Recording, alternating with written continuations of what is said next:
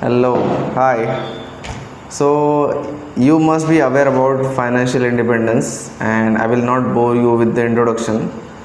Those who are new about and who literally don't know what is financial independence, in short, I will tell you that it's financial independence is basically accumulating a wealth where you do not have to work to take care of your day-to-day expenses, and you are sorted for your all the expenses, your bills, and whatever things you do on day-to-day basis.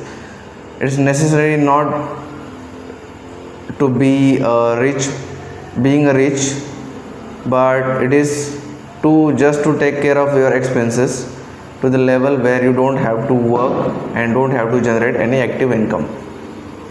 So yeah, that was all about the basic of what is financial independence is. And I will take this video into two sections, where in the first section I will explain what I think about financial independence, and in the second video how you can go about it. So to start with, I would say I am pretty confident and pretty positive about financial independence, that everybody should think about it and everybody should work towards it.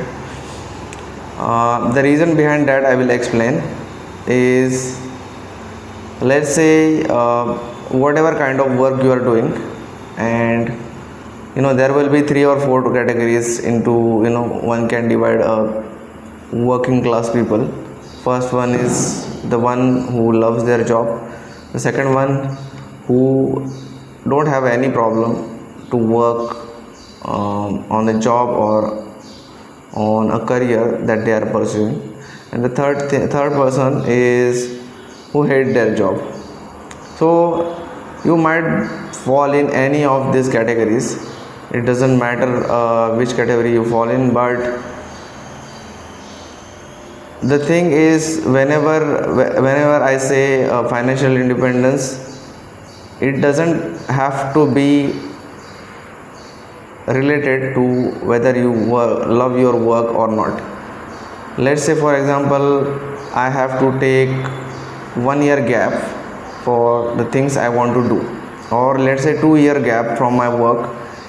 I want to do something that I wanted to do for a very long time, but didn't do because of some kind of responsibilities I had, family responsibilities, or I have been procrastinating, or I thought that I shouldn't take that risk.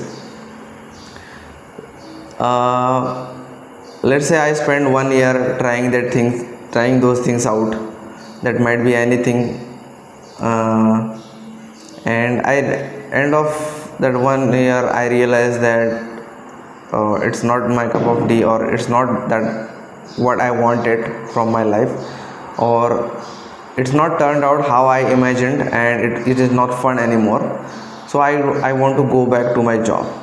Now you have another 1 year to find a job, and I think it's a pretty decent time to get a job. And if you are saying that it is if why how what if we don't get the job in one year, then I think anyone who try really hard should get a job. It's not that very big deal, because job is the easiest thing to find, no matter what field you work. So you get this flexibility that you can take off uh, 2 years off from your job to find out things that you like to do, but you are not sure about whether it will work or not. Now because this might be possible because you have saved some kind of amount to and you feel confident that, let's say, your monthly expense is 25,000 and you have enough saving of around 5 lakhs. then you can decide that I have 5 lakhs or 6 lakhs enough of income where I can survive and I can manage to take care of my family as well for these 2 years without thinking much about uh, any other expenses. So with this kind of purpose I can be able to manage for 2 years and take a sabbatical or take time off from my work and try these things. If it doesn't work out, I can come back to my work and continue with the thing. It can be this one situation I explained, it necessarily not have to be like this, but it gives you the freedom that you can switch your careers, you can try some kind of business if you want to do, try some kind of hobby that you want to pursue, try some new things that you think you can make a career out of it. So that's the whole point is you get this freedom where you get to choose and decide whether you want to do this or not, and you can give it a try, and if it doesn't work out you can always come back to doing a job, because it is not going anywhere. You will ultimately get a job if you try very hard and if you try honestly. So this was the one example I wanted to say. There are a lot of examples. You want to pursue any kind of hobby that you kept aside, but you cannot work because you cannot pursue because you are very busy in your work. You want to do any kind of thing. So having financial security, having a financial independence will always help you take this kind of risk, take these kind of things. And this is I told about just for 2 years, but imagine if you saved for a big amount for a longer period of time, and imagine how you can feel independent if you have this kind of fixed amount saved to your as an investment or as a saving, which is in the latter years will help you take risk or decide what you want to do with your life, or whether you want to continue with your career or not. So this is the whole point of how I think about it.